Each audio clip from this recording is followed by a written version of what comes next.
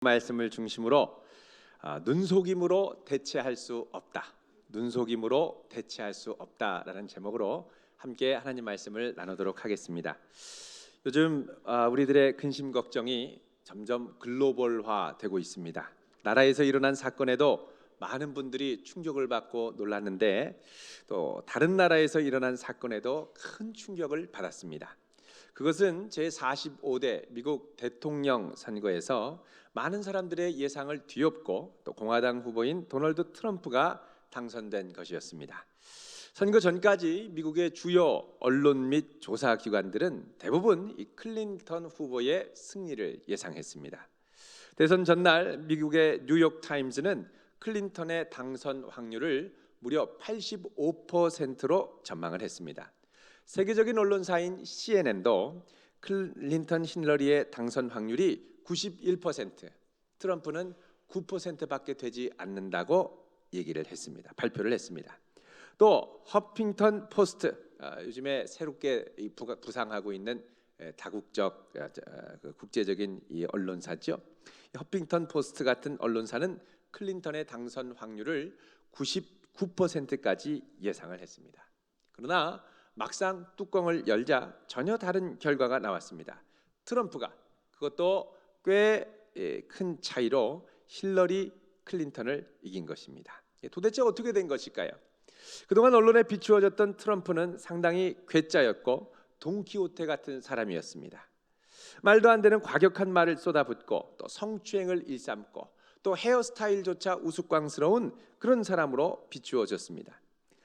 그러면서 언론들은 트럼프를 상당히 우스꽝스럽게 보도를 했습니다. 사실 이 선거 운동 기간 중에 이 트럼프 후보는 이 부분에 대해서 상당히 불만을 호소하면서 언론들이 자신에 대해서 비우호적으로 대하고 있다고 얘기를 한 적이 있습니다. 언론이 어떻게든 자기를 끌어내리려 한다라고 호소를 했었습니다.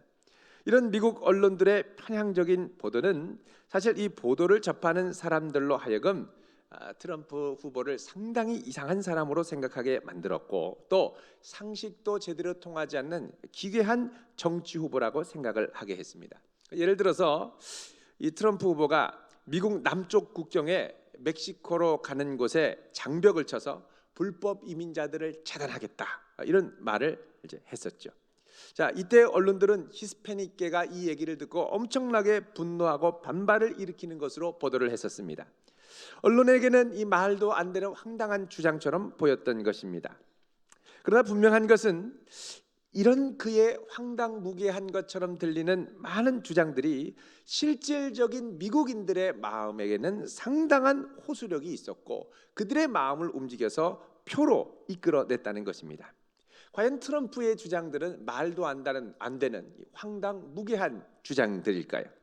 얼마 전에 이 트럼프의 정책 공약집이 우리나라에 이제 소개돼서 번역이 돼서 소개가 됐습니다. 불구가된 미국 크리플드 아메리카라는 제목의 책입니다. 이 책에는 트럼프가 생각하는 미국 전반의 문제점과 또 각 분야에 대한 대안을 자세하고도 설득력 있게 기술해 놓았습니다. 이 책을 읽다 보면 트럼프의 이 돈키호테 같은 말들이 사실은 돈키호테 같은 말이 아니라 상당히 실질적인 대안과 함께 상당한 설득력이 있는 주장이라는 것을 깨닫게 됩니다. 이 책에 보면 예를 들면 언론의 문제가 됐던 이민 정책에 대한 전략들이 있습니다. 근데 이 전략들을 쭉 따라가다 보면 결국 이익을 보는 것은 누구냐? 합법적인 이민자들이라는 사실을 알게 됩니다. 더 놀라운 건 멕시코 국경에 장벽을 치겠다 그러다가 막 반발을 일으켰는데 실질적으로 멕시코는 자기 나라 국경 남쪽에 그 남미로부터 올라오는 사람들을 차단하기 위해서 국경에 바리케이트를 쳤다는 사실입니다. 알고 보니까 이게 뭐 억지 주장은 아니라는 거예요. 멕시코가 했던 것처럼 우리도 그렇게 하겠다. 그런데 이런 정책은 합법적으로 미국으로 이민 온 멕시코계, 그러니까 히스패닉계 이민자들의 입장에서 보면은 오히려 혜택을 보는 정책이라는 것입니다. 트럼프가 경계한 것은 불법 이민자였습니다. 결국 이 트럼프를 지지하다 보면 멕시코에서 온 이민자라도 합법적인 이민자, 투표권을 갖고 있는 이민자들은 더 더 부유하고 윤택한 삶을 누리는 여러 혜택을 갖게 되는 것입니다. 그렇다면 미국 시민들은 멕시코계라 하더라도 트럼프를 지지하지 않을 이유가 없게 됩니다. 트럼프가 어떤 사람인가를 잘 보여주는 것이 그가 쓴 베스트셀러죠. 32주간 미국 뉴욕타임즈 베스트셀러에 올랐다 그러죠. 거래의 기술이라는 책입니다. 여기서 트럼프가 계속 누차 강조하는 점이 있습니다. 그거는 뭐냐? 자신이 리얼리스트, 현실주의자라는 것입니다. 자신이 처한 상황을 현실적으로 파악하고 상대방이 실질적으로 원하는 것이 무엇인지를 파악하는데 기가 막힌 재능이 있다는 것입니다. 그래서 당신이 원하는 것이 무엇인지 아니 내가 이것을 주겠어. 그래서 거래를 성사시키는 이 거래의 천재라는 것입니다. 실제로 트럼프는 이번 선거 기간을 통해서 많은 변방으로 밀려나가는 이 중산층 미국 백인들이 무엇을 원하는가를 실질적으로 핵심을 파서 읽었습니다. 그리고 자신을 찍어주면 이런 것들이 현실이 될 수 있다라는 것을 아주 설득력 있게 제안을 했습니다. 이 책에 보면 그가 제시하는 거래의 기술 중에 모두 11가지가 나오는데 그 중에 뭐가 나오냐면 그 발로 뛰면서 현장을 조사하라라고 하는 항목이 등장합니다. 이걸 보면 현장에 가서 현장의 소리를 들어야 제대로 전략을 세울 수 있다는 겁니다. 그래서 늘 자신은 사업을 하면서 거래를 하면서 현장의 소리를 듣고 거래에 임했다고 얘기를 합니다. 자, 이것을 대변하는 것처럼 이번 선거 막판에도 클린턴 후보 진영은 선거 예측 결과를 믿고 안이하게 대응을 했습니다. 그런데 트럼프 후보는 끝까지 소위 말하는 이 러스트 벨트, 아주 이 백인 중산층들이 이제 몰락한 지역에 가가지고 끝까지 지지를 호소하면서 자신의 지지 기반을 닦고 있었습니다. 근데 이런 사실에 대해서 미국 언론들이 제대로 보도하지 않더라는 것입니다. 트럼프가 다소 거칠지만 현장의 소리를 듣고 대변을 했더니 결국 나중에 이것이 이변으로 나타났습니다. 사실 이번 미국의 대선은 미국의 기성 언론사들이 갖고 있던 정치적인 이 편향성이 고스란히 드러나는 좋은 기회였습니다. 실제로는 이 미국의 언론사들이 거의 작당하는 수준 비슷하게 어느 정도 합의가 돼서 컨센서스를 이루어서 현재 오바마 행정부의 핵심 권력에 있는 이 힐러리 클린턴을 지지하기로 한 것입니다. 그렇기 때문에 트럼프는 자신이 잘한 부분이 언론에 의해서 상당히 왜곡되는 것들을 많이 경험한 것입니다. 로마서 12장 2절은 우리가 살아가는 이 세대의 현실을 다음과 같이 말씀을 합니다. 너희는 이 세대를 본받지 말고 오직 마음을 새롭게 함으로 변화를 받아라 말씀합니다. 자, 이 세대는 공정성을 잃어가는 세대입니다. 그 어떤 세력이든지 큰 세력이 자신이 뜻하는 바대로 언론을 조작하고 자기의 뜻을 관철시키려는 여러 활동들이 난무한 시대입니다. 우리가 믿음으로 깨어있지 않고 건강한 분별력을 상실하면 여지없이 이 세대가 몰고 가는 대세, 이 시대의 지배적인 힘, 여론에 휩쓸려서 이 시대가 원하는 흐름으로 몰려가게 됩니다. 따라서 우리에게는 이 세대를 분별할 수 있는 제대로 된 분별력이 있어야 됩니다. 그러려면 어떻게 되느냐? 우리가 마음을 새롭게 함으로 변화를 받아야 한다는 것입니다. 이 마음을 새롭게 하는 것은 요즘 말로 하면 이 마인드셋을 새롭게 한다고 그러죠. 이 마인드셋이라는 건 뭐냐? 이 시대를 바라보는 근본적인 사고방식과 가치관을 새롭게 한다는 것입니다. 여기서 이 시대라는 것은 역사를 통해 어느 세대나 그 시대를 지배하는 지배적인 사고방식과 가치관이 있다는 것을 말합니다. 공중권세 잡은 자는 어느 시대나 그 백성들의 눈을 진리로부터 멀게 하고 이들을 한 방향으로 몰고 가려고 하고 있습니다. 자, 이 부분은 오늘 본문에 적용이 되고 있는 애굽에 있어서도 마찬가지였습니다. 당시에 가장 이 애굽의 지배적인 가치관, 사고방식은 뭐냐? 애굽 제국 바로와 붙들고 있던 애굽의 신화였습니다. 이 신화는 고대 애굽으로부터 내려왔던 신화였고 이 신화의 출발점은 바로 나일강으로부터 시작을 했습니다. 애굽인들에게 나일강은 어떤 것일까요? 나일강은 생명의 젖줄이자 존재의 근원이 되는 것이었습니다. 고대 애굽에는 애굽 사람들의 97%가 이 나일강 유역에 밀집해서 살았습니다. 삶의 풍요를 가져다주는 절대적인 삶의 기반이었던 것입니다. 이 애굽 신화에 따르면 이 나일강은 쿠눔이라고 불리는 이 창조의 신이 이 나일강을 철통같이 지키고 있는 특별한 강이었습니다. 거기에다가 부활의 생명을 준다고 믿는 이 오시리스라고 하는 신의 핏줄이 흐르는 강이었습니다. 또 이 나일강에는 풍요의 신으로 불리는 이 하피라고 하는 신이 강물이 범람할 때에 이 땅을 비옥하게 하고 이 퇴적토를 통해서 농산물을 아주 풍성하게 맺게 해주는 그런 역사의 현장으로 알려졌습니다. 그야말로 신성한 세 신이 지키고 있는 아주 절대적인 생명의 근원이었던 것입니다. 그런데 이 나일강에 보면 지금도 그렇습니다. 1년에 가끔씩 적조 현상이 일어납니다. 적조 현상. 이 현상이 일어나면 온통 강물이 빨갛게 변하고 멀리서 보면 마치 피가 흐르는 것 같습니다.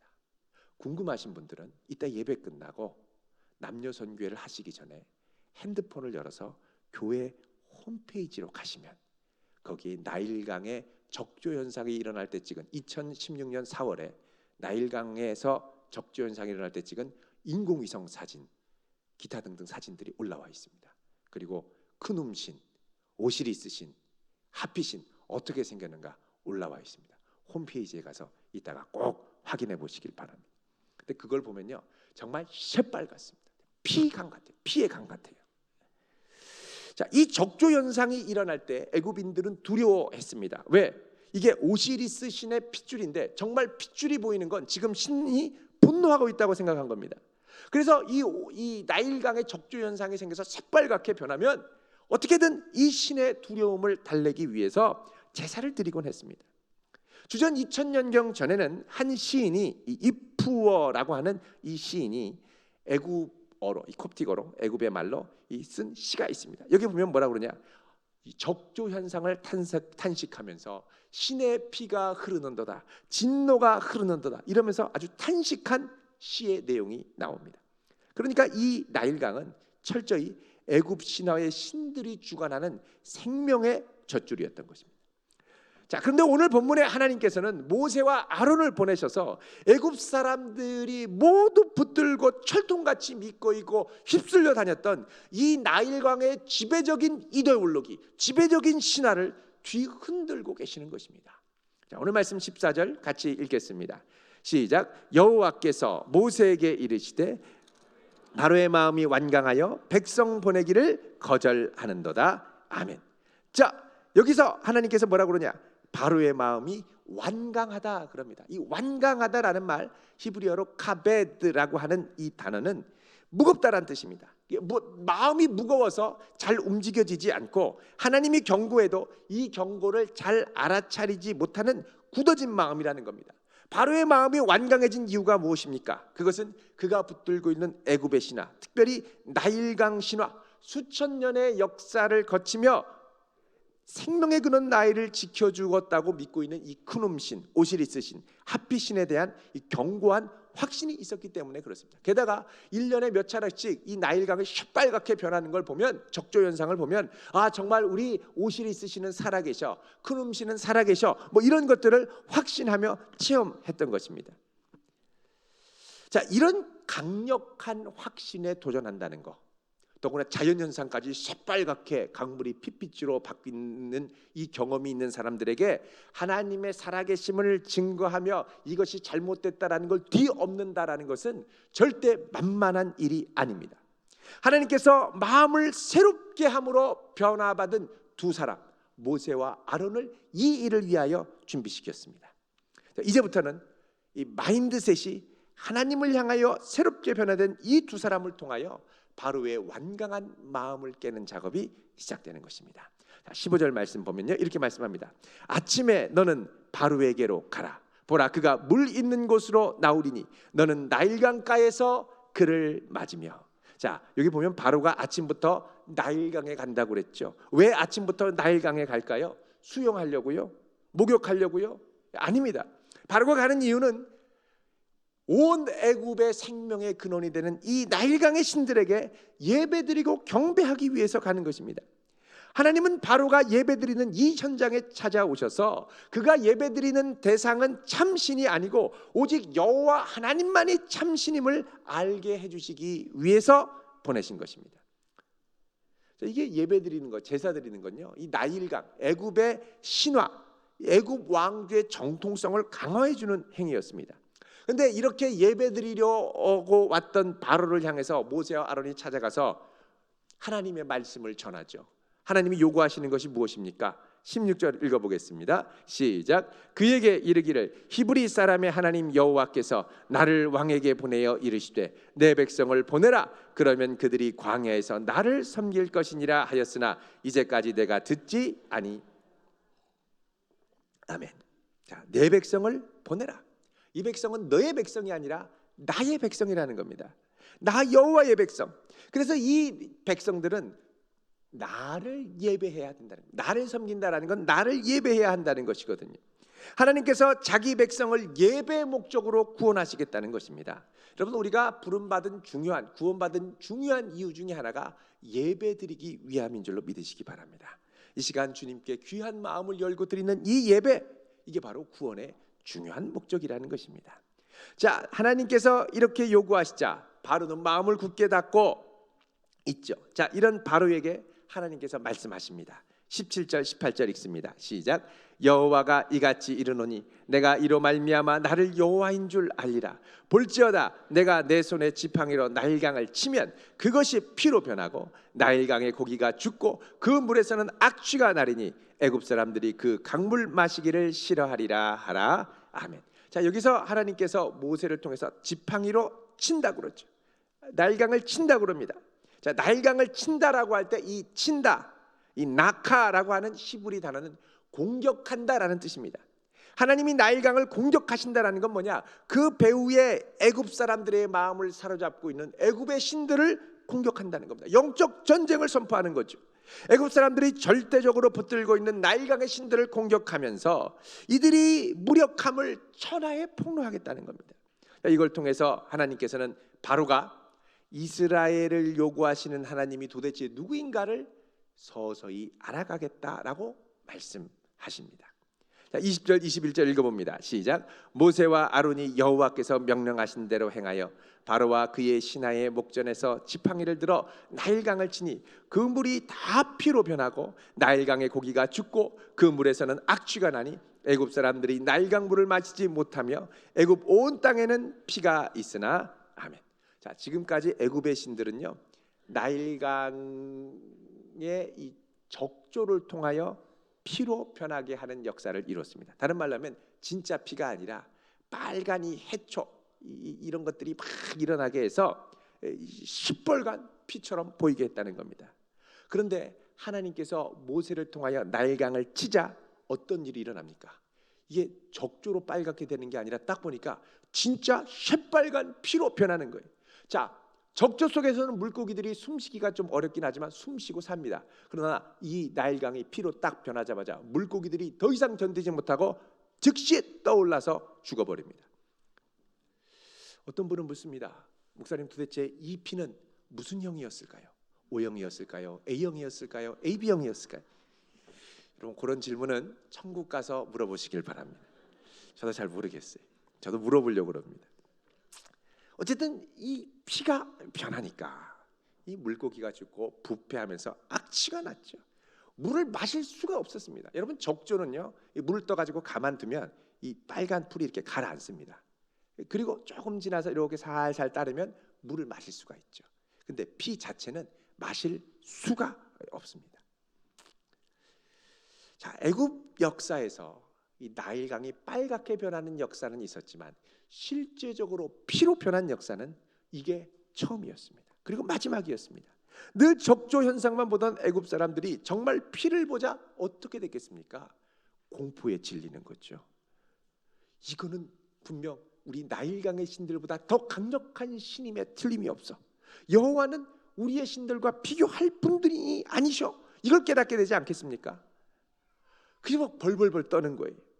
자, 여기 21절에 보면 애굽이 절대적으로 신성시하던 나일강에서 악취가 난다고 얘기를 하죠. 21절에 보면 강을 치니 그 물이 다 피로 변하고 21절에 나일강의 고기가 죽고 그 물에서는 악취가 난다 그럽니다.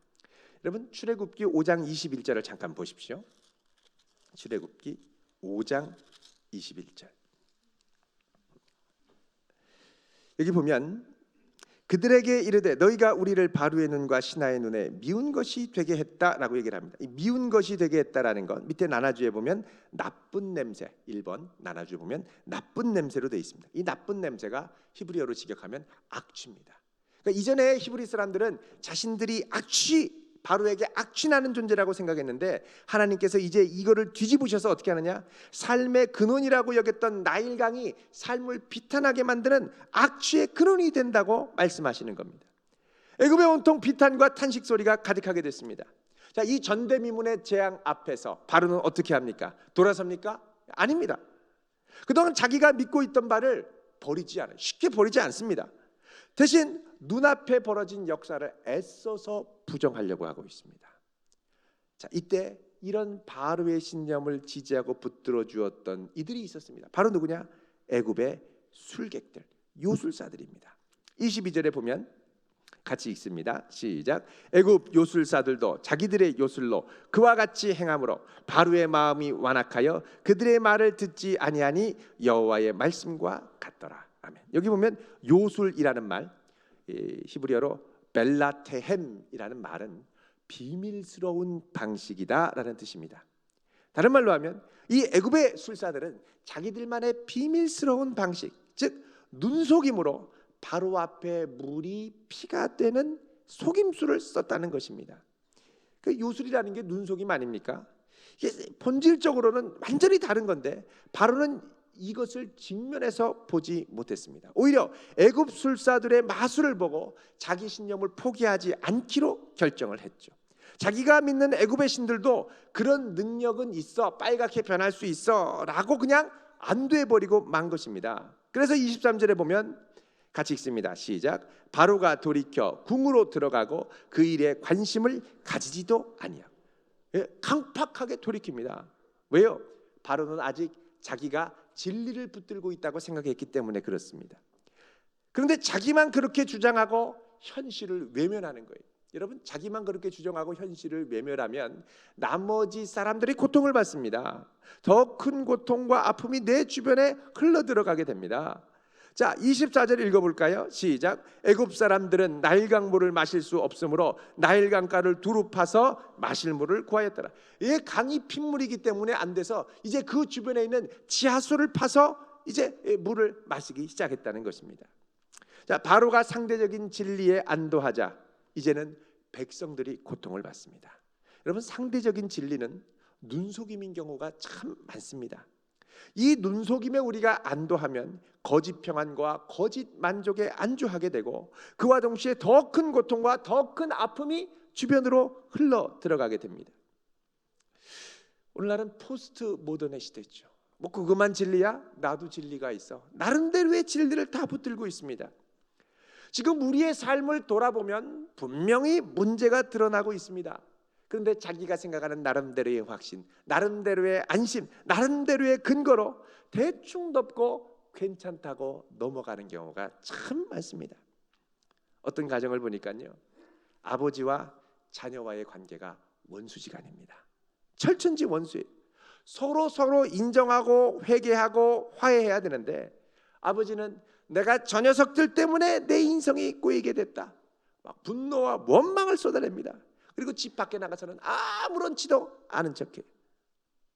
직장에서 그냥 잘 지내는 사람 같아요. 반대로 이 자녀는 내 인생이 이렇게 된 건 아버지 때문이라고 막 폭언을 하고 원망을 쏟아내다가 그러다가 결국 가출을 해버립니다. 여러분, 내가 붙들고 있는 게 내가 나름대로 위로와 안심을 하고 있는 이 근거가 이게 환상이고 잘못된 것인 경우가 참 많습니다. 그거를 보려면 내가 붙들고 있는 이 상대적인 진리가 내 주변 사람을 평안하게 하는가 고통스럽게 하는가를 잘 봐야 됩니다. 나는 괜찮고 나는 떳떳하고 나는 끄떡없는데 주변 사람들이 아파서 신음합니다. 나는 괜찮은데 부하 직원들이 다 쓰러집니다. 나는 괜찮은데 가족들이 다 쓰러집니다. 아니라는 거죠. 눈 떠야 되는 겁니다. 우리가 살아가는 이 제국은요, 온갖 환상과 그럴듯한 논리로 거짓 환상을 심어주고 여기서 눈을 떼지 못하게 합니다.